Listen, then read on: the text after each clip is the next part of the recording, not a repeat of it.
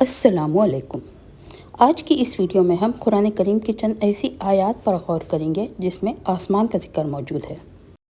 ویسے تو زمین ہی کی طرح آسمان کا ذکر بھی قرآن کریم کے بے شمار مقامات پر کیا گیا ہے، لیکن بس صرف 4 آیات کے ذریعے اس کو سمجھنے کی کوشش کریں گے۔ سب سے پہلے تو اس آیت کو سمجھیں گے جس میں بتایا گیا ہے کہ آسمان کو کیسے وجود میں لایا گیا، اور دوسری وہ آیت جس میں بتایا جا رہا ہے کہ آسمانوں کو اللہ تعالیٰ نے بغیر ستونوں کے پیدا کیا، یعنی بغیر کسی پلرز کے، اور تیسری وہ آیت جس میں بتایا جا رہا ہے کہ اللہ نے آسمانوں کو خوبصورتی سے پیدا کیا اور وہ بھی بغیر کسی رکھنے کے، اور چوتھی وہ آیت جس میں بتایا جا رہا ہے کہ ایک دن یہ خوبصورت سا آسمان لپیٹ دیا جائے گا۔ سب سے پہلے سمجھیں گے اس کی کریشن کو۔ اس کا ذکر ہمیں ملتا ہے سورہ انبیاء ورس 30 میں کچھ اس طرح: کیا وہ لوگ جو انکار کرتے ہیں غور نہیں کرتے کہ یہ آسمان اور زمین باہم ملے ہوئے تھے، پھر ہم نے انہیں جدا کیا۔ یہ آیت تو ہمیں بگ بینگ کا پتہ دے رہی ہے، اور بگ بینگ کو پیش کیا تھا جارج لیماٹر نے 1927 کو۔ اس تھیوری کے مطابق یونیورس کا سارا میٹر، انرجی، اسپیس، ٹائم اور سبھی کچھ ایک ہاٹ اینڈ ڈینس سنگولیرٹی میں بند تھا۔ تب اس میں ایک زوردار دھماکہ ہوا اور یوں وجود میں آ گئی ساری کائنات۔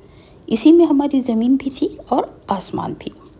اب سوچنے والی بات یہ ہے کہ قرآن کریم تو نازل ہوا آج سے تقریباً 1450 سال پہلے، یعنی وہ دور جب علم کافی محدود تھا۔ تب اتنی ایکیوریسی سے اس بات کو بتانے والا آخر کون ہے کہ زمین اور آسمان باہم ملے ہوئے تھے اور پھر انہیں جدا کیا گیا؟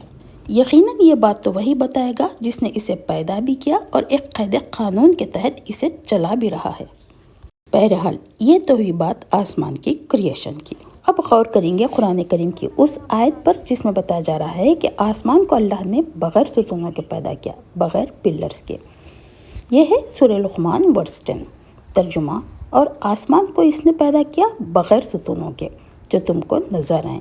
اس نے زمین میں پہاڑ جما دیے تاکہ وہ تمہیں لے کر ڈھلک نہ جائے۔ اس نے ہر طرح کے جاندار زمین میں پھیلا دیے اور آسمان سے پانی برسایا اور زمین میں قسم قسم کی عمدہ چیزیں اگائیں۔ اس آیت میں اللہ رب العزت کی 3 نشانیاں موجود ہیں۔ ایک تو بغیر ستونوں کے آسمان، یعنی بغیر پلرز کے آسمان، اور دوسرے زمین میں پہاڑوں کو جما دینا تاکہ وہ ہمیں لے کر ڈھلک نہ جائے، اور تیسرا آسمان سے پانی کا برسنا اور زمین سے قسم قسم کی عمدہ چیزوں کا اگنا۔ یہ تینوں نشانیاں بے شک اپنے اندر بہت گہرے معنی رکھتی ہیں، لیکن آج کی ہماری ٹاپک آسمان سے ریلیٹڈ ہے، اسی لیے صرف آسمان پر غور کریں گے۔ یہ آیت دراصل اللہ کی کبریائی اور اس کی خلاقی کو پیش کر رہی ہے کہ کیسے یہ وسیع و عریض آسمان بغیر پلرز کے تھما ہوا ہے۔ اور کمال درجے کی بات یہ ہے کہ آج سائنس اپنے عروج پر پہنچ چکی ہے۔ یونیورس کو پاورفل ٹیلیسکوپس، اسپیس کرافٹ سے کھوجا جا رہا ہے، اور حیرت کی بات یہ ہے کہ اتنی کھوج کے باوجود بھی کسی بھی ایسٹرونومر، کسی بھی سائنٹسٹ کو دنیا کے کسی کونے میں ایسا کوئی پلر نظر نہیں آیا جو آسمان کو تھامے رکھا ہو، اور یہ بھی کوئی نہیں جانتا کہ آسمان کہاں سے شروع ہو رہا ہے اور کہاں پر ختم۔ یعنی اللہ کی یہ عظیم الشان تخلیق اللہ کی عظمت کو بیان کر رہی ہے، اللہ کی وحدانیت کو بیان کر رہی ہے۔ بہرحال اب چلتے ہیں قرآن کریم کی اس آیت کی طرف جس میں بتایا جا رہا ہے کہ آسمان کو اللہ نے خوبصورتی سے پیدا کیا اور وہ بھی بغیر رکھنے کے، یعنی بغیر کسی کریک کے، بغیر کسی گیپ کے۔ یہ ہے سورہ قاف ورس 6 ترجمہ: تو کیا انہوں نے کبھی اپنے اوپر آسمان کی طرف نہیں دیکھا کہ کس طرح ہم نے اسے بنایا اور آراستہ کیا، اور اس میں کہیں کوئی رکھنا نہیں۔ اس آیت میں 2 قسم کی نشانیاں ہمیں نظر آتے ہیں۔ ایک تو آسمان کی خوبصورتی، اور دوسرا اس میں کریک یعنی گیپ کا نہ ہونا۔ اللہ رب العزت نے یقیناً آسمان کو بے شمار نظاروں سے بے انتہا خوبصورت بنایا، جیسے چاندنی رات کا یہ نظارہ۔ اس کے لیے ہمیں جانا پڑے گا شہر کی روشنیوں سے دور، جہاں ایک خوبصورت سا چاند اور جھلملاتے تارے نظر آئیں گے اور دل کو لبھا دینے والی یہ خوبصورت چاندنی۔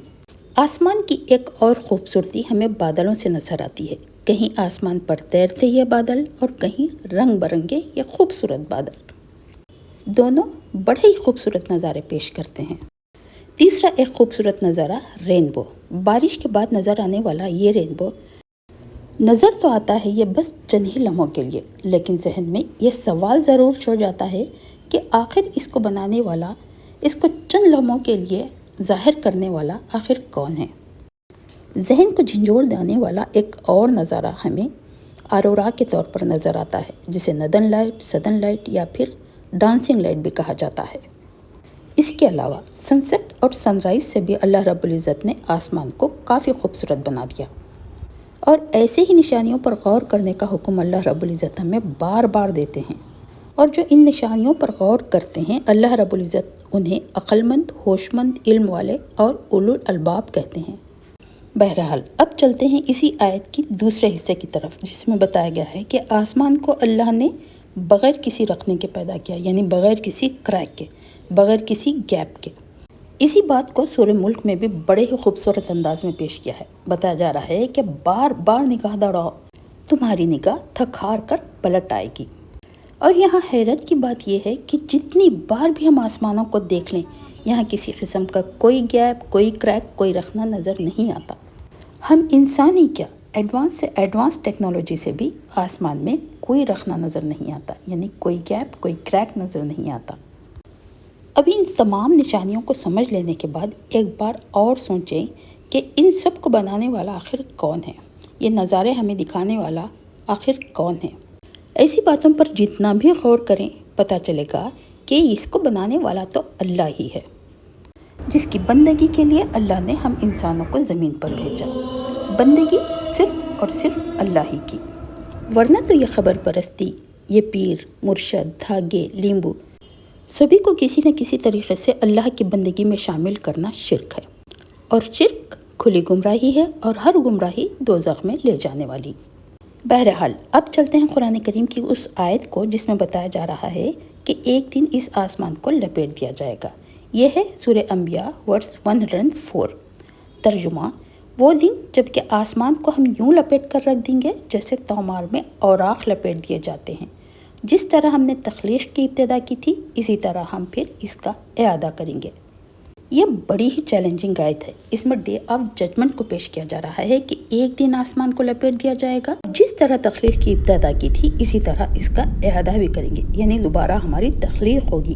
یعنی دوبارہ ہماری تخلیق کیسے ہوگی، یہ سمجھنے میں مشکل تو ضرور لگتا ہے، لیکن ایسا نہیں ہے، بہت آسانی سے ہم اسے سمجھ سکتے ہیں۔ یہ بالکل اسی طرح ہوگا جس طرح موسم برسات میں ایک سوکھی زمین سے، سوکھے بیج سے ایک ننھی سی کونپل نکل آتی ہے، اور دیکھتے ہی دیکھتے یہ ننھا منا سا بیج ایک بہت بڑے درخت میں بدل جاتا ہے۔ بالکل اسی طرح یہ یونیورس جس میں ہم خود بھی موجود ہیں، اس کی دوبارہ تخلیق ہوگی، یعنی مرنے کے بعد دوبارہ اٹھایا جائے گا۔ امید کہ ویڈیو پسند آئی ہوگی۔ اگر پسند آئی ہو تو ان لوگوں کو شیئر کریے جو اللہ کی نشانیوں پر غور کرنا چاہتے ہوں۔